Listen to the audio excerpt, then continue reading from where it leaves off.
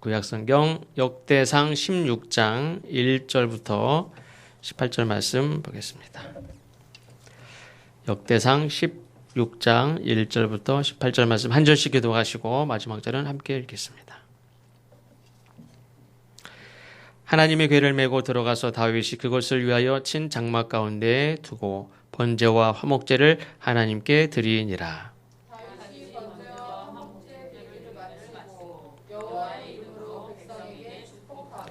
이스라엘 무리 중 남녀를 막론하고 각 사람에게 떡 한 덩이와 야자 열매로 만든 과자와 건포도로 만든 과자 하나씩을 나누어 주었더라.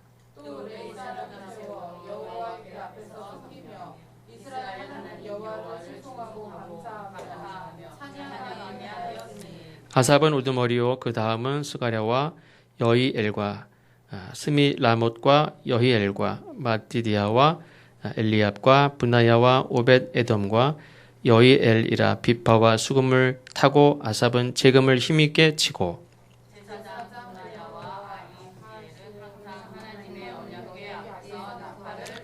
그날에 다윗이 아삽과 그의 형제를 세워 먼저 여호와께 감사하게 하여 이르기를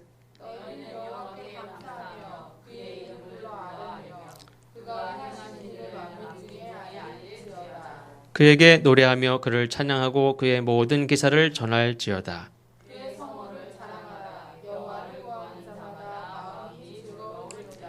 여호와와 그의 능력을 구할지어다. 항상 그의 얼굴을 찾을지어다.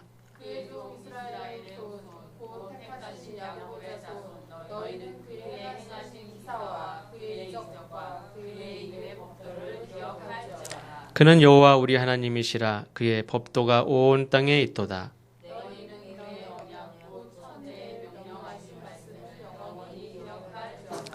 이것은 아브라함에게 하신 언약이며 이삭에게 하신 맹세이며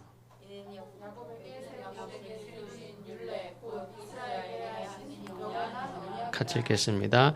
이르시기를 내가 가나안 땅을 내게 주어 너의 기업이 지경이 되게 하리라 하셨도다. 아멘. 오늘 말씀은 성경 66권 중에서 시편에 대한 말씀을 하려고 합니다. 우리가 부르는 찬양도 개인적으로 혹은 이렇게 함께 찬양할 때 부르는 일명 복음성가라는 찬양들이 있고 또 어느 정도 예배를 공중 예배를 위해서 구별된 찬양이 있듯이 이 시편은 말 그대로 시기 때문에 개인적인 시가 있고 또 공중 예배 때 낭송되는 시가 있고 또 혹은 많은 시편 들이 이 예배 때에 특별히 악기의 연주에 맞춰서 노래로 불려진 시들이 오늘 시편 말씀입니다.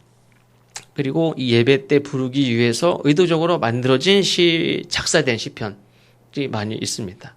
그리고 다윗이 직접 지은 시도 있지만 다윗의 명령으로 수집되고 또 작사되고 편찬된 그런 시들이 많이 있습니다. 우리가 훈민정음은 누가 만들었죠? 그러면 세종대왕이 만들었다고 그러죠. 그래서 직접 이 다윗이 작사는 안 했지만 다윗 왕의 명령으로 이번 추수감사 때 부를 시편을 작사해라 이렇게 해서 만들어질 때는 다윗의 이름이 붙기도 한다 그렇게 이해하면 될 것 같습니다. 이 시편은 영어로는 쌈이라고 하지만 이제 히브리어로는 트힐림이라고 부르는데 이 우리가 지금 말하는 시편이라는 이 말 이름 이 호칭은 예수님 시대에도 시편이다 이렇게 호칭이 있었습니다. 누가복음 20장에 보면 예수님이 사두개인들과 부활 논쟁을 하는데 이때에도 시편에 다윗이 친히 말하였으되 이렇게 예수님이 말씀하십니다. 그래서 시편이라는 표현을 쓰고 사도행전 1장 20절에도 보면 사도 바울이 시편에 기록하였으되 라는 단어를 사용하는데 예수님 시대에는 이 시편이라는 그런 용어를 사용한 것 같습니다. 그리고 이 구약성경, 이 히브리 성경에서 그 시대에 시편을 언급할 때는 히브리어로 트필로트라는 단어와 트일림이라는 단어를 쓰는데 이 트필로트라는 단어는 주로 다 전체적인 시편은 이 트일림이라는 이름을 가졌는데 특별히 탄식하고 하나님 앞에 기도하고 하는 그 시들은 트필로트라는 이름으로 시편의 이름 시편의 호칭이 그렇게 불렀다고 합니다. 이 시편은 말 그대로 150편 전체가 다 시, 한 편 한 편 한 편이 다 시인데, 그러면 시편은 시집이라고도 볼 수 있죠. 그러나 이것이 우리가 말 그대로 읽혀지고 낭송되는 그런 문학적인 차원에서 쓰여진 그런 시냐? 그렇진 않습니다. 이거는 노래 가사의 의미가 훨씬 더 많습니다. 그냥 일반 시가 있고 그 시가 너무 좋아서 그걸 가지고 노래 가사를 붙이는 경우는 있지만, 시는 그냥 원래 시잖아요. 근데 그게 가사가 좋으면 노래할 때 그 가사를 쓰는데, 이 시편은 원래 이 노래를 위해서 노래 가사말로 쓰여진 게 이 시편이다, 이렇게 보면 될 것 같습니다. 주로 그렇습니다. 그리고 특별히 이 현악기에 맞추어서 부르는 노래의 가사들이 시편들이 많습니다. 보통 우리가 부르는 이 노래는 이렇게 흥을 돋구기 위해서 부르는 노래도 있고, 우리의 슬픔을 이렇게 표현하는 노래들도 있고, 그런데 이 시편은 거의 대부분이 하나님께 기도하는 형식의 기도문 형식의 시편이 굉장히 많습니다. 뭐 슬프다 뭐 이렇게 표현을 해도 이게 하나님 앞에 표현하는 겁니다. 그냥 우리가 우리 스스로 슬퍼 이렇게 얘기하는 게 아니라 하나님을 향해서 이야기하는 형식입니다.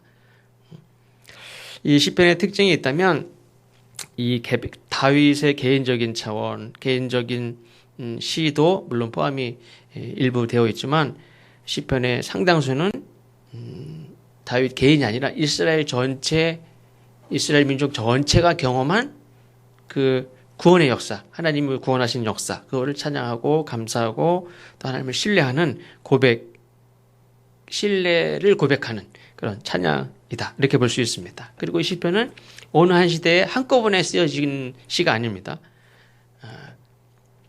전에도 말씀드린 대로 오랫동안 구전되어 오던 것들이 어느 날 문자로 기록된 시들도 있습니다. 그러니까 이게 언제부터 불러졌는지는 잘 모르는 그런 시편들도 있습니다. 기록된 것은 주로 가나안 땅에 들어오면서부터 기록됐다고 그랬죠. 그 다음에 많은 문서들이 이 바벨론 포로기 때, 그때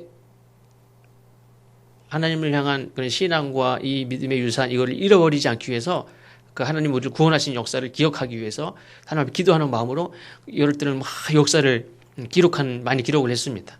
우리가 불교 같은 경우는 나라에 침입 있을 때 막 팔만대장경을 이렇게 판각하고 하잖아요.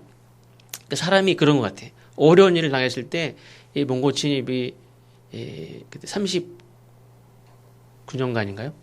거의 39년간 나라를 잃어버렸잖아요. 이때 대장경을 판각하고 막 이러듯이 이스라엘 백성들은 바벨론 포로 70년 동안, 짧게는 50년, 70년 동안 포로기 나라를 잃어버리고, 그런 동안에 하나님을 다시 찾게 되고, 하나님께서 그동안 역사 속에서 우리를 구원하셨던 역사를 막 기록하게 되고, 그때 또 이 하나님을 찬송하고 하나님을 노래하고 하나님을 신뢰하는 그런 고백들을 한 시편들을 막 다시 찾아서 모으기 시작하고, 시편들이 어디 있어요? 포로가 돼서 잡혀야 하는데 시가 어디 있습니까? 찬송가가 어디 있습니까? 없죠. 그러나 개인이 막 다 수소문 해가지고 다 찾아서 이 시편을 다시 만들기 시작합니다. 그래서 이 시는 한 시대에 어느 시대에 막 이렇게 부흥해서 그때 만들어졌던 시가 아니라 오랫동안 구전으로 내려온 그냥 찬양으로부터 해서, 그 다음은 광야에서 성막에서 예배드렸지 않습니까? 이때 부르던 시편들, 그때 부르던 찬양들, 또 크게는 이 다윗 시대에 다윗이 시를 좋아하고 노래를 좋아하고 악기를 연주하는 걸 좋아하고 하니까 그 왕에 따라서도 또 영향이 있죠. 그래서 그때 많은 시편들이 보급도 되고 만들어지기도 하고, 많은 백성들이 실제로 시를 가까이 하고 하나님을 찬양하는 이런 찬양들을 많이 불렀습니다. 그때 찬양들이 시편들이 많이 만들어졌고, 또 특별히 오늘 말씀도 이 다윗이 예배드리면서 하나님을 찬양하라고 백성들한테 이야기하고 하나님을 찬양하는 그런 내용인데, 이때는 성막에서 예배를 드릴 때 찬송을 하는 거죠. 그러나 어쨌든 다윗이 하나님의 법궤를 예루살렘으로 가지고 오고 거기서 이 성막에서 예배를 드린다는 것은 왕이 참여하고 온 백성들이 다 모여서 찬양하는 거니까, 예배 드리는 거니까 어마어마한 웅장한 규모죠. 근데 나중에 솔로몬이 예루살렘 성전을 짓고 예배를 드릴 때는 그거보다 훨씬 더 웅장한 예배죠. 그래서 사실 이 시편은 작은 시골 교회에서 이렇게 드리는 그런 시가 아니고, 시편이 아니고 찬송이 아니고 궁중 예배 때 주로 불렸던 시편입니다. 그러니까 임례송도 있어요. 우리는 임례송 없죠. 조금 규모가 있으면요, 한 몇백 명 아니면 뭐 그중 1000명 넘으면은 임례송이 따로 있어서 목사님과 성가대가 이렇게 쭉 임례하는 시간이 있어서 쭉쭉 들어와서 앉고 그 다음에 예배가 시작됩니다. 이 시편도 임례할 때, 예배를 시작할 때 성전으로 들어가면서 부르는 찬양들이 굉장히 많아요. 그러니까 어쨌든 이게 궁중 예배, 지금으로 말하면 뭐 초창기도회는 사실 별거 아니죠. 이거는 온 백성들이, 왕이 있고 모든 이스라엘의 중심이 되는 예루살렘 성전에서 모든 제사장, 모든 백성들이 다 모이는, 그래서 이 언덕 위에 예루살렘 성전에서 예배를 드리고 찬송을 부르면 그 예루살렘 그 시내 전체가 그 찬송 소리가 막 다 울리는, 수백 명, 수천 명이 막 합창을 하고 연주를 하고, 그것도 약간 이 언덕에 있지 않습니까? 그러면 이 시내에 그 찬송 소리가 다 웅장하게 울려 퍼지는 그런 웅장한 예배 때 불려졌던 노래의 가사가 시편입니다. 아까 말씀드린 대로, 그런데 이 시편의 또 상당수는 아까 말씀드린 대로 유다가 멸망하죠. 그리고 바벨론 포로로 다 잡혀갑니다. 거기서 예배를 못 드립니다. 또 다른 시편에도 나오지만, 내가 이 악기 연주를 할 줄 알지만 내가 이 악기 연주를, 내가 바벨론 저 사람, 야 연주 좀 해봐라, 가야금자 한번 타봐라, 노래나 한번 해봐라. 그럼 내가 거기서 노래 부를 일이 있어요? 그러니까 그걸 안 해요. 하나님을 찬양하고 노래하고 싶은데 그걸 못 하고요. 그렇게 살던 사람들이 이제 갑자기 포로 귀환이 이루어지고, 그러면서 이 고레스 왕이 성전 건축을 허락하고 지원하고 막 이렇게 후원해 주면서 성전 건축이 이루어지죠. 그러면서 하나님이 베푸신 그 은혜에 막 찬송하고 감격하며 시들을 모아서 예배 때 불러준 찬송들을 다 없잖아요. 지금 나라가 다 엉망진창에다가 불에 타고. 그래서 이 시편은 어느 한 시대에 한꺼번에 진 시가 아니라 오랫동안 이 여러 수많은 역사를 경험하면서 고백된 그런 시편입니다. 그러니까 이 시편 150편이지만 사실은 한 편 한 편이 거의 다 역사적인 배경이 다 존재합니다. 노래라는 건 그 시대적인 배경이 거의 다 있죠. 우리는 어떤 가사를 볼 때 유추할 수 없는 것도 있지만, 옛날 노래 중에서, 그러나 가사를 보면 이때 그 시대구나 할 수 있는 게 굉장히 많습니다. 제목만 봐도 알 수 있고. 이 다윗의 개인적인 어떤 경험에 따른 시들도 물론 있습니다. 그리고 이 시편 소제목들에 보면 다윗이 뭐 압살롬을 피해서 도망갈 때, 뭐 이렇게 구체적인 조제목들이 있어서 이때 맨발로 한밤중에 예루살렘을 도망쳐 나가면서도 어떻게 시를 그래도 쓸 수 있는 시간이 있었나 보다, 그런 생각도 하는데, 어쨌든 그 상황 가운데서 또 하나님 앞에 기도하는, 이렇게 찬양하는 그런 시편들이 있고, 그래서 이 시편은 대부분 예배를 위해서 사용되는데, 예배 때에 사용된 것을 어떻게 알 수 있느냐? 예를 들면 시편에 자주 나오는 셀라라는 표현이 있죠. 이 셀라라는 표현이 음악의 이 간주로 후렴과 같은 그런 것들을 의미합니다. 그래서 그게 이게 노래 때 사용된 그런 노래를 부르기 위한 가사이구나 하는 것을 알 수가 있습니다. 시편은 이스라엘 백성들이 한 개인들이 경험한 게 아니라, 물론 다윗이 개인적으로 경험한 시들은 좀 들어가 있지만, 아사베시나 있지만 대부분의 시들은 이스라엘 백성들 전체가 경험한 어떤 역사적인 경험, 구체적으로 어떤 시대 경험했던 구원의 하나님의 역사, 이거를 찬양하고 하는 내용들이 주를 이루고 있는데, 물론 그렇습니다. 주로 우리를 구원하신 하나님을 찬양하는 그런 내용들이 담겨져 있는데, 우리가 지난 여름에 시편을 다 읽으셨죠? 다 읽어서 아시겠지만 이 시편 중에 거의 3분의 1이 아까 말씀드린 탄식하는 내용입니다. 그래서 보통 이 시편에 대해서 탄식시 이렇게 붙여서 얘기를 하는데, 예배 때 사용된 시지만 하나님을 찬양하거나 기뻐하거나 감사하거나 막 승리를 외치거나 이런 찬양이 아니라, 어떤 예배 때는 하나님, 이 상황에 내가 이런 상황에 있는데 하나님 어떡합니까? 하나님, 저 원수들이 우리를 이렇게 괴롭히는데 하나님, 나는 어떻게 해야 됩니까? 하나님, 이 백성들이 이런 고통을 당하고 있습니다. 하나님 어떻게 해야 됩니까? 이렇게 하나님 앞에서 어떻게 해야 되냐고 하나님 도와달라고 막 탄식하고 기도하는 그런 시편들이 3분의 1이 됩니다. 그래서 담대한 믿음, 승리의 확신, 담대한 믿음을 고백하는 그런 찬양들도 있지만, 지금 말씀드린 대로 내가 이런 상황에 처했습니다. 도와주십시오. 구해주십시오. 저 당장 구해주지 않으면 저 죽을 겁니다, 지금. 막 이런 절박한 마음으로 하나님께 드리는 그런 찬송이, 이렇게 찬송에는 하나님을 높이고 하나님을 경외하고 막 이런 내용도 있지만, 하나님 도와주십시오. 하나님 저 죽을 것 같아요. 하나님 어떡합니까? 이런 내용도 3분의 1이 담겨져 있어요. 그러니까 이 시편이라는 것은 하나님을 높이고 하나님의 이름을 높이고 경외하고 이런 내용도 있지만, 인간의 입장에서 하나님을 향해서 도와달라고 기도하는 그런 내용도 이 시편의 3분의 1을 이루고 있다 하는 겁니다.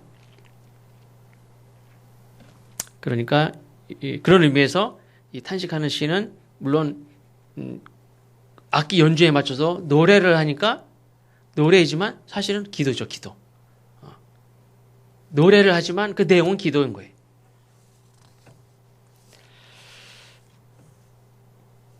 또 한편으로는 이 시편 중에서 하나님이 우리를 구원하신 그런 역사를 찬송하는 그런 시도 있지만,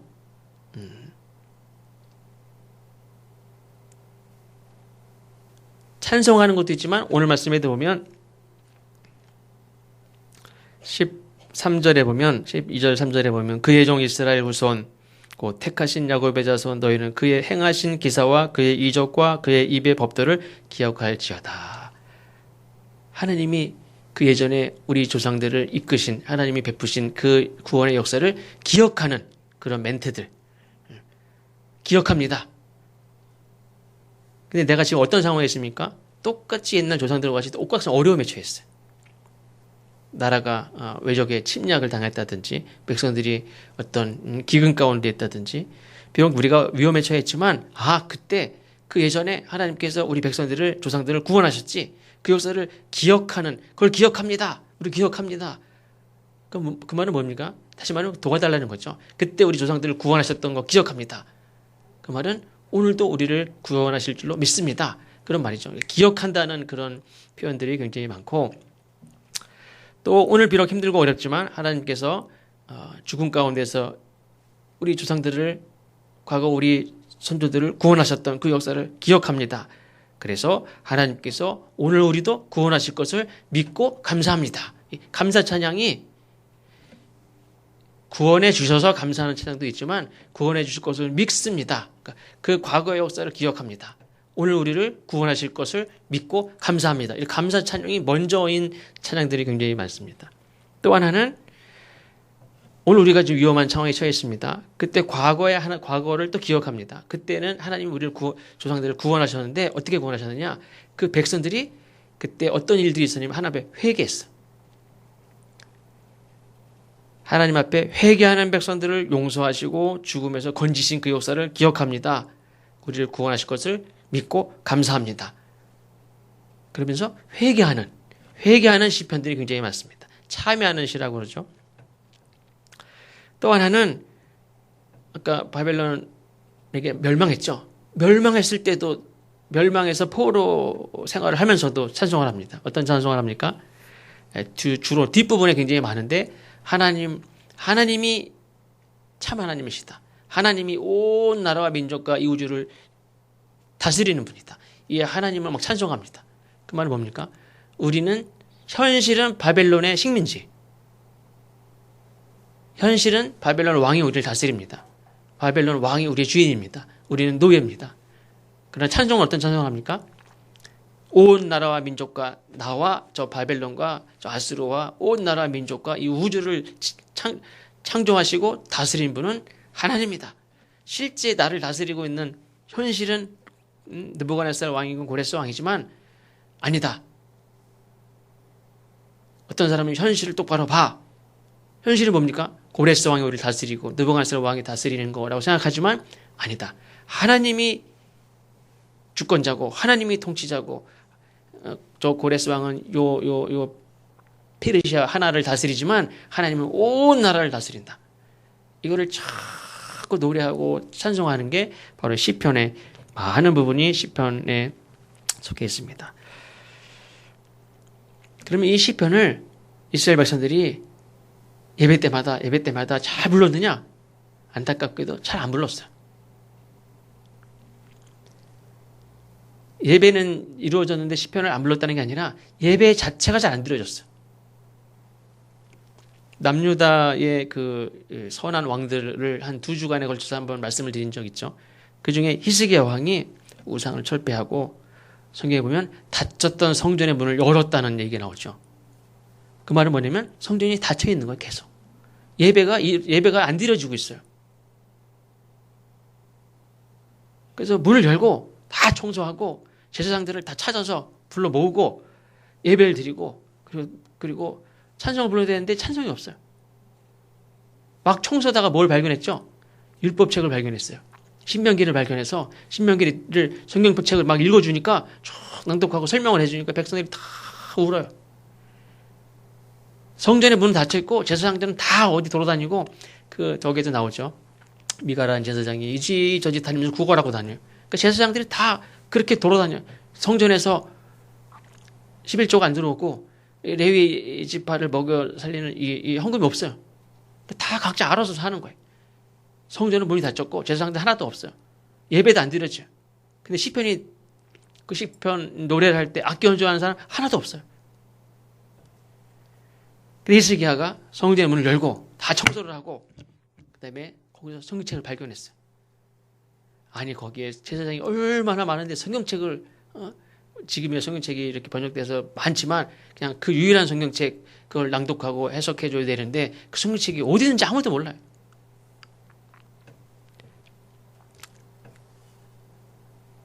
성전이 있고 제사장들이 그렇게 많은데 어떻게 성경책을 잃어버립니까? 예루살렘을 차지하고 있습니다. 남유다는. 예루살렘 성전을 아주 자부심 있게 막 얘기하는 사람들이 남유다예요. 근데 성전이 문이 닫혀 있어요. 예배가 언제부터 안 드려졌는지 몰라요. 신명기 책을 잃어버렸단 말은 성전에서 예배 드릴 때 성경이 봉독이 안 된 거예요. 성경 낭독이 안 돼. 물론 이제 성전 문이 아예 닫혔죠. 예배가 안 드려집니다. 그러니까 북이스라엘은 말할 것도 없고 예루살렘 성전이 있는 이 남유다조차 성전 예배 때 성경이 낭독이 되지 않고 예배를 돕는 레위인들이 점점 다 없어지고 결국 문이 닫힌 예루살렘 성전, 성경이 낭독되지 않는 그런 예배. 그러니까 시편이 낭송이 되고 노래를 부를 리가 있습니까? 없죠. 그런데 이스라엘 백성들이 다시 그 시편을 정말 진심으로 또 간절하게 정말 마음으로 시편을 이렇게 노래 부르고 이렇게 낭송하고 했던 때는 사실은 바벨론 포로기 때예요. 포로기 때. 그리고 포로기가 끝나고 예루살렘 성전 들어와서 고레스 왕이 하나님이 내게 명령하신 것이다. 그러면서 이 성전을 짓지 않습니까? 이거는 정말 꿈 같은 일이 벌어졌습니다. 그래서 그때 몰래 부르던 제가 10년 전에 그 일본 그 기독교 유적지를 답사하는데 전에도 말씀드렸죠. 그 임진왜란 때 이미 이렇게 카톨릭부터 들어와가지고 개신교가 오래전에 들어왔습니다. 예수 믿는 사람이 굉장히 많았습니다. 그래서 임진왜란 때 그 12개 부대인가요? 10개 부대 중에서 한 부대가 가토 쪽인가요? 거기가 그 기독교 전체가 다 기독교인 그 부대도 하나 있었어요. 그때 십자가 표시한. 근데 그 많은 사람들이 다 통일이 된 다음에 나중에 거기가 다 핍박을 받고 다 없어집니다.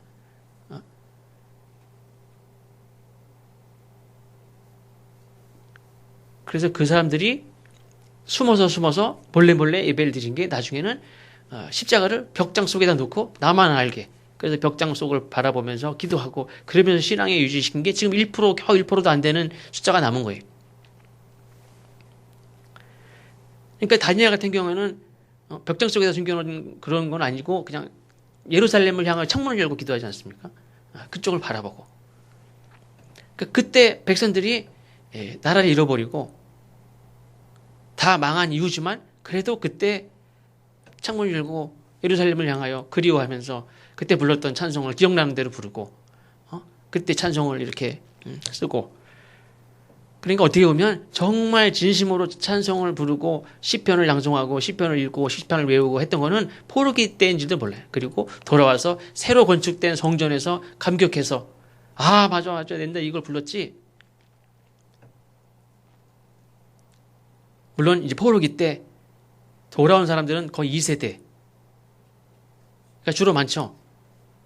그 사람들은 옛날 예루살렘 때를 기억 못하는 사람도 많아요. 이 사람들이 기억하는 거는 그때 포로로 와서 그 엄마 아버지가 불렀던 찬송들.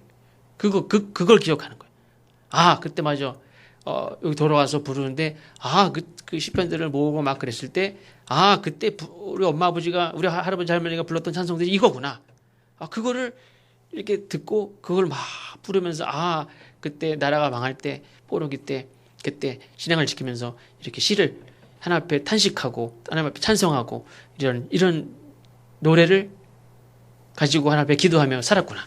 그걸 부르면서. 그러니까 사실은 궁중 예배 때 이렇게 화려한 음악에 웅장하게 예배 드릴 때보다 돌아와가지고 엄마 아버지가 할아버지가 불렀던 찬송들을 이렇게 기억하면서 우리 부모들이 이런 찬송을 불렀구나. 예를 들면 옛날 솔로몬 시대 다윗 시대에 주로 불렀던 게 뭐냐면 홍해를 건넜던 우리 조상들이 애굽을 막 나오고 홍해를 건너면서 그 놀라운 역사를 기록했던 찬송들이 굉장히 많아요. 이거는 막 성경의 구약 신약 뒤로 나오고 계속 나오죠. 미리암의 노래도 나오고 막 무슨 많은 이런 홍해를 건넜던 거는 이스라엘 역사 중에서 굉장히 놀라운 일이죠. 이 얘기는 계속 노래마다 계속 나옵니다. 광야에서 놀라운 기적을 경험하며 불렀던 시편들, 여리고성이 무너질 때 다윗이 백성들을 위해서 기도했던 이건 개인 다윗 왕이 불렀던 그런 것들이 많죠.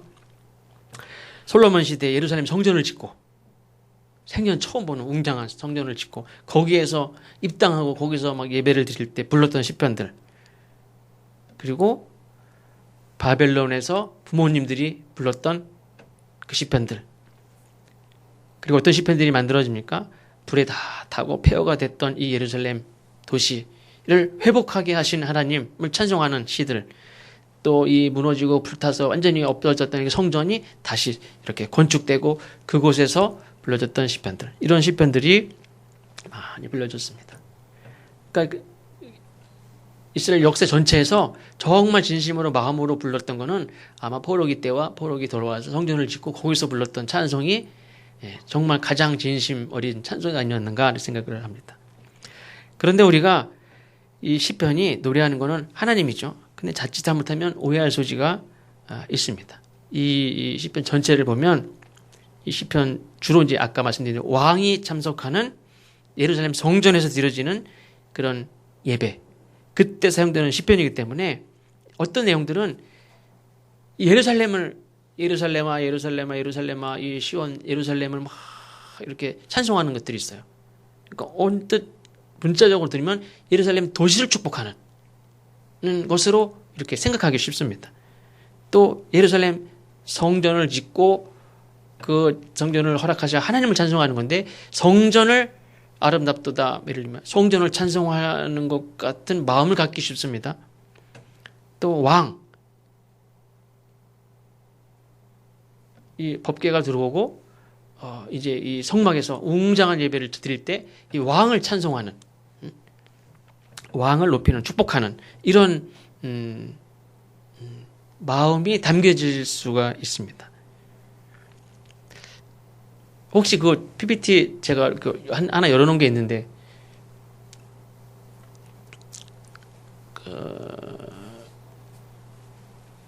네. 이거는 윤치호 동해물과 백두산이 애국가 작사한 윤치호 장로님이죠. 이분이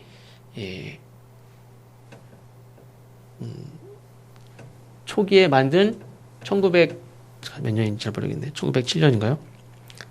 이때 그 만든 찬송가입니다. 이 찬송가의 1장이 뭐냐면 동해물간 4장이에요. 애국간 4장이 들어가 있고 찬송가의 1장이 황제를 축복하는 송이.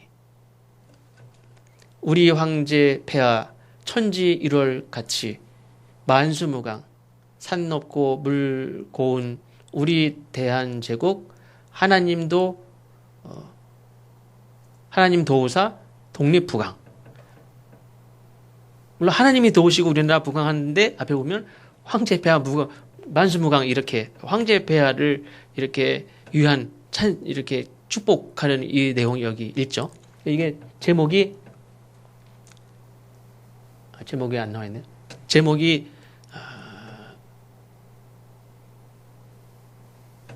다음 주에 말씀드리겠습니다.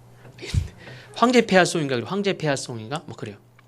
그리고 다음 장 보면 4장에 보면 4장이 동해물과 백두산이 바르고 닳도록 우리 지금 하느님이 하지만 하나님으로 되어 있습니다. 지금 쓸 때는 하나님이 보호하사 이렇게 그래서 애국가가 4장에 들어 있습니다. 그 당시 예배 드릴 때는 태극기가 앞에 다 있어요. 태극기를 걸고 예배를 많이 드렸어요. 그래서 예배는 하나님이 이 나라를 도우시고 그래서 옛날에는 애굽에서 이스라엘 백성들을 종사를 이끄셨던 그 하나님이 이 민족을 구원하신다. 이 민족을 택하시고 이 민족을 구원하신다. 이 민족을 쓰신다. 이런 믿음이 굉장히 있었습니다. 그런데 지금 말씀드린 대로 그런데 1장이 뭐냐면 황제를 축복하는 그런 찬송이 들어가 있고 이 나라를 하나님께 축복해 주시기를 이런 게 있고 그래서 우리가 좋게 생각하면 하나님이 우리나라를 도우실 것을 믿는 고백이기도 하고 하나님이 세우신 황제를 축복하고 뭐 이런 내용이지만 이게 언제 드려졌던 예배라고요? 왕이 참석하는 궁중 예배.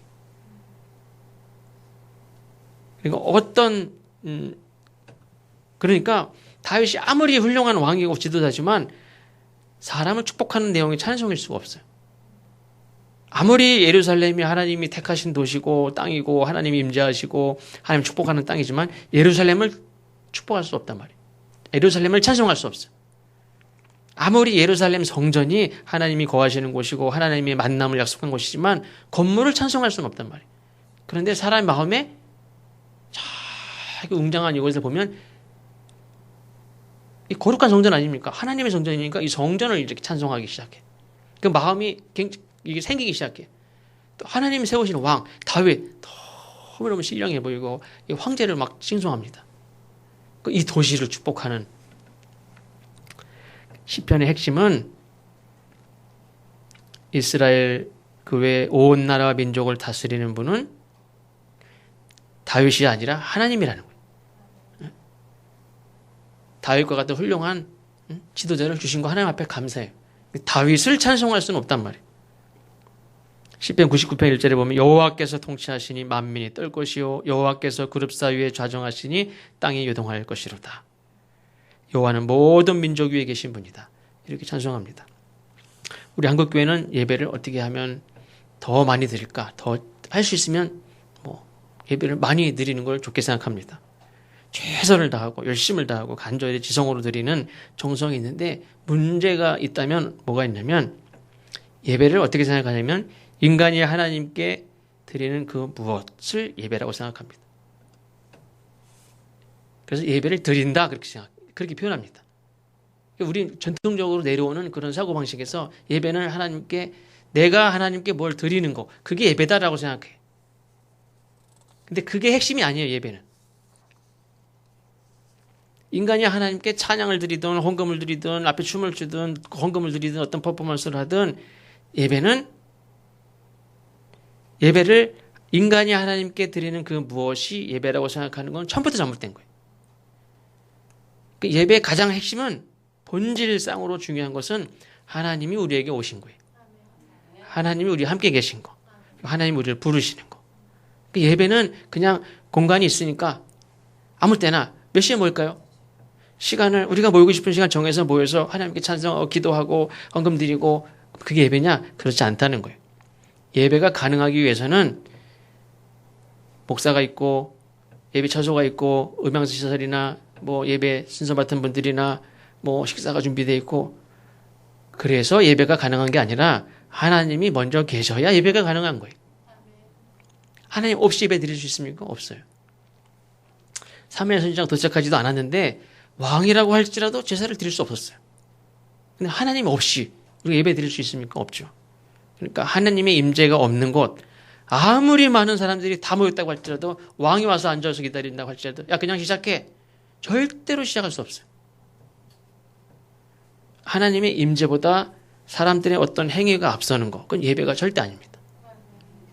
하나님이 당신의 백성을 부르면 그 백성이 하나님께 나아가는 거고 하나님이 백성에게 말씀하시면 백성은 듣는 거고 하나님이 백성을 구원하시니까 백성이 감사하는 거고 하나님 백성이 명령하니까 백성들이 아멘 하며 응답하고 결정하는 게 예배지 인간이 하나님 앞에 뭘 하는 게 예배냐? 그렇지 않다는 거예요.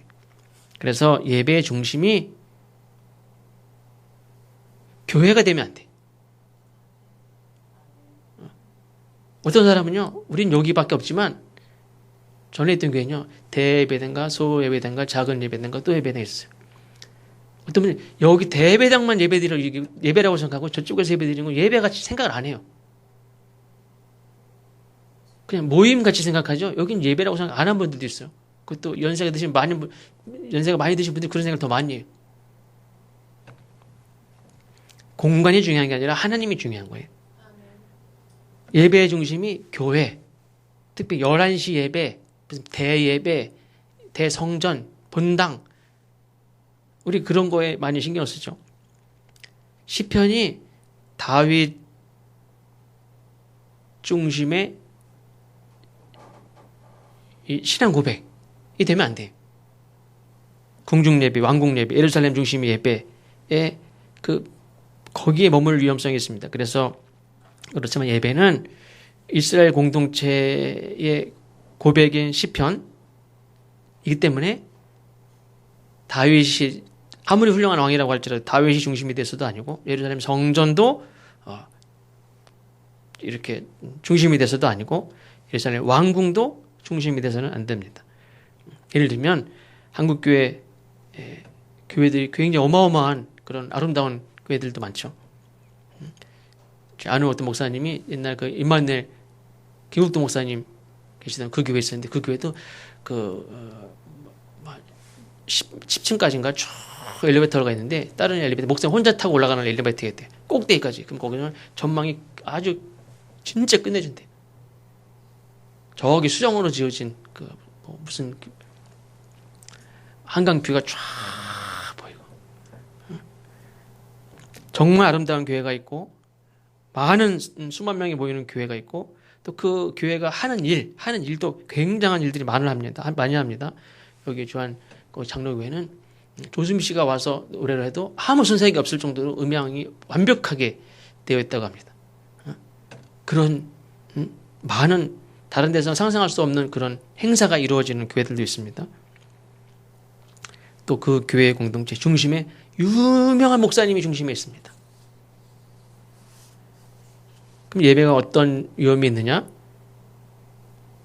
예배의 중심이 예배당 중심이 될 위험이 있고 많이 모이는 그 예배, 많이 모이는 어떤 그 예배가 그거 자체가 중심이 될 위험도 있고 많은 사람들에게 영향력을 끼치는 어떤 그 사람이 그 그 목사가 중심이 되는 예배가 분명히 있습니다. 그 사람 아니면 전혀 예배가 아니에요. 그 목사가 아니고 그 담임 목사가 아니고 부목사든지 아니면 다른 누가 왔든지 하면 그건 예배가 아니에요. 사람들이 많이 모여도 그 아주 놀라운 예배당에 있어도요, 예배같이 생각을 안 하는 사람도 있어요. 그 사람이 있어야 예배라고 생각해. 그 대단하게 여기는 그 목사님보다 하나님 전혀 생각을 안 해요. 사람을 생각하는 거죠. 나와 우리 교인들이 자랑하는 우리 교회, 우리가 자랑하는 목사님이 예배의 중심이 되는 한은 그 예배가 아무리 관현악과 성가대와 첨단 방송시설을 갖추고 일정적으로 예배를 드린다고 할지라도 그건 인간 중심적인 예배가 될 수밖에 없습니다. 저는 그런 의미에서는 우리가 상가 3층에서 예배 드리는 것도 감사하다는 생각이 들어요. 모일 때마다 우리가 교회 자랑하는, 역시 우리 교회 참 자랑할 만하지는 않잖아요. 감사한 거지. 세상 사람, 봐봐, 우리 교회 멋있지. 자랑할 일은 없어요.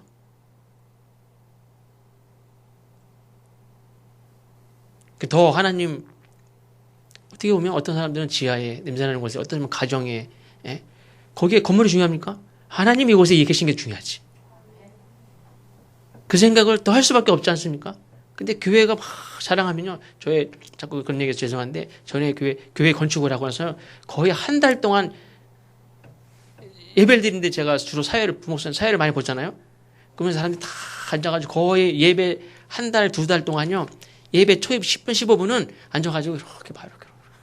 예배 10분, 15분이 지나는데도 계속 이 주변 쳐다보고 있어요. 봐봤자 반짝거리는 등이고, 이렇게 새거죠, 새거 교회가. 한 달이 지나고 두 달이 지나도 이게 교회 처음 온 사람들이냐? 그것도 아니요. 내 교회인데도 이거 보고 있어요.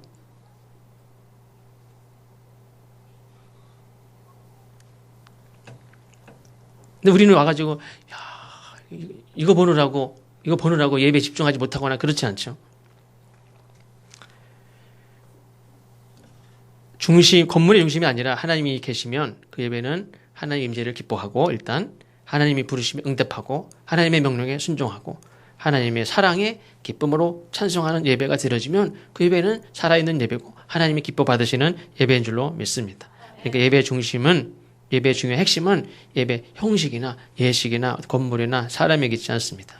두세 사람이 모일지라도 오늘 11명 아이들 이렇게 있는데 하나님이 우리가 이 교회에 오기 전에 이미 하나님께서 임재해 계시고 우리를 부르시고 우리에게 말씀하시고 우리에게 명령하실 때 믿음으로 아멘하고 응답하는 고시기만 하면 충분히 하나님께 온전한 예배가 드려지는 줄로 믿습니다. 기도하겠습니다. 하나님 감사합니다. 우리가